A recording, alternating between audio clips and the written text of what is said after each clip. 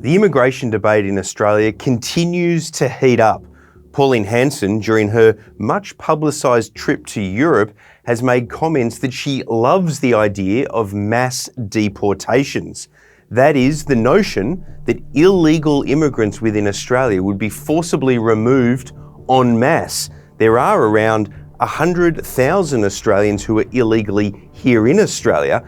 However, what Ms Hanson says are the genesis of those individuals doesn't match up with what the official data tells us. Most of these overstayers, visa overstayers, are students coming from the Asian region, whereas Ms Hanson takes the view that they're actually people of Islamic descent that need to be removed. The facts, according to the data, tell us that that's a small quotient of those who are here.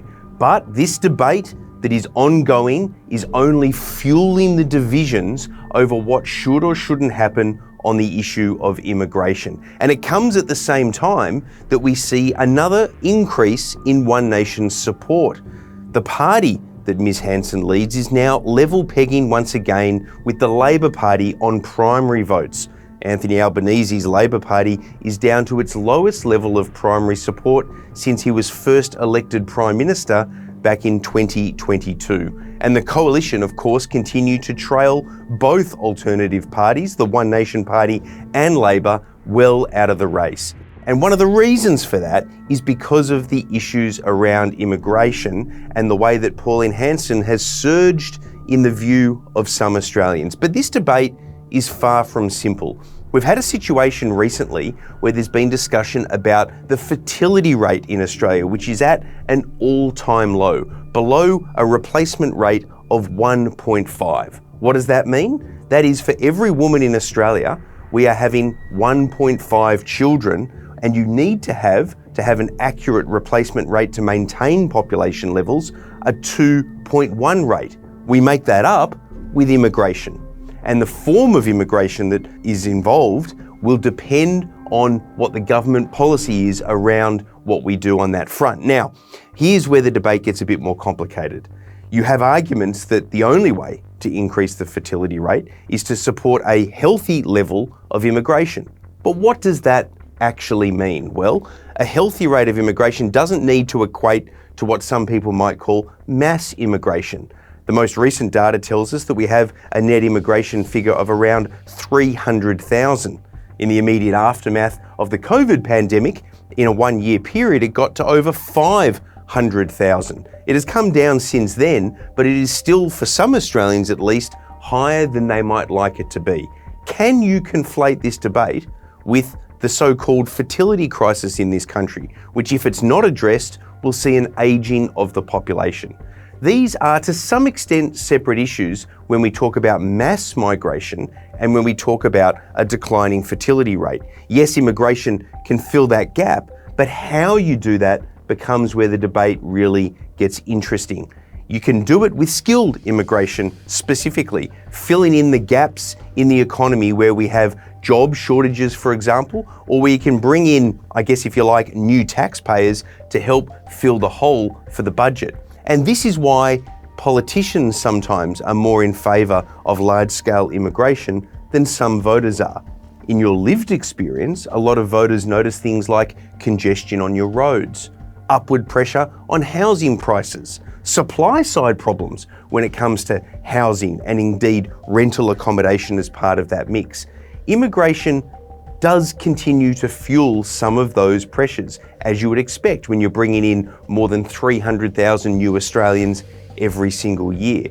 Pauline Hanson and her supporters say no, we don't want immigration for reasons of social cohesion, for reasons of overpopulation, for reasons of price point pressures in things like housing and infrastructure, as I've already mentioned.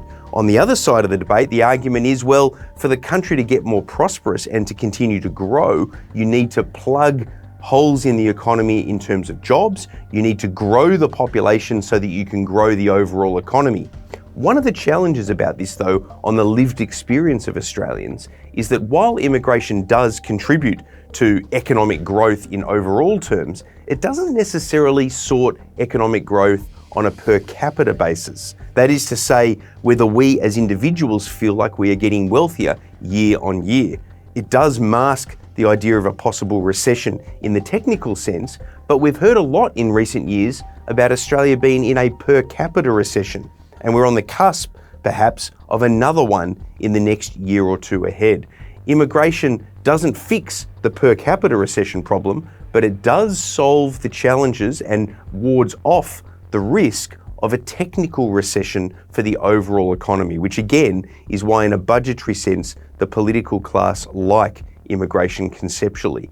But now that the likes of Pauline Hanson have entered the political mix, it's become harder for them to just defend it writ large when you have a populist right-wing party making the simple point that in their view, we need to keep immigration at lower rates.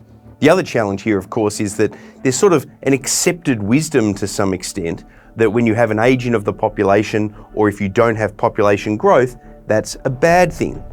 It's not necessarily a bad thing. It's certainly a challenge, a policy challenge. If the population is getting older in overall terms, that has health costs, and you do have to potentially change the nature of taxation if you're going to have fewer people in the overall percentage of the workforce of working age in the overall population. But these are simply challenges that require the political class to be more than simply lazy.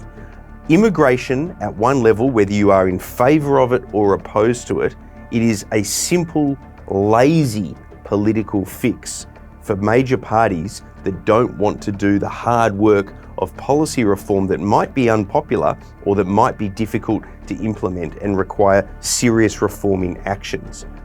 But now they're in this interesting situation where not going down that path and relying on the lazy, easy solution of higher immigration, well, that's now carrying its own political costs because of the rise of One Nation, because of the way this has become a totemic debate that is as much about social cohesion as it is about the economic benefits or otherwise of immigration.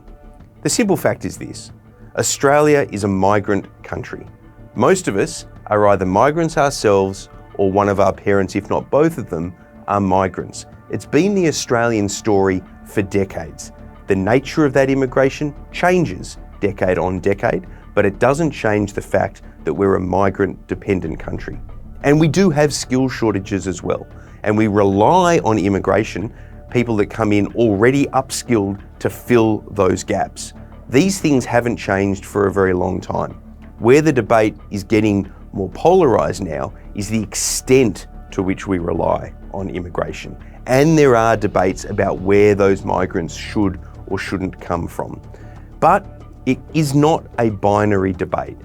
It is not a case of Australia choosing to either have immigration or not have immigration.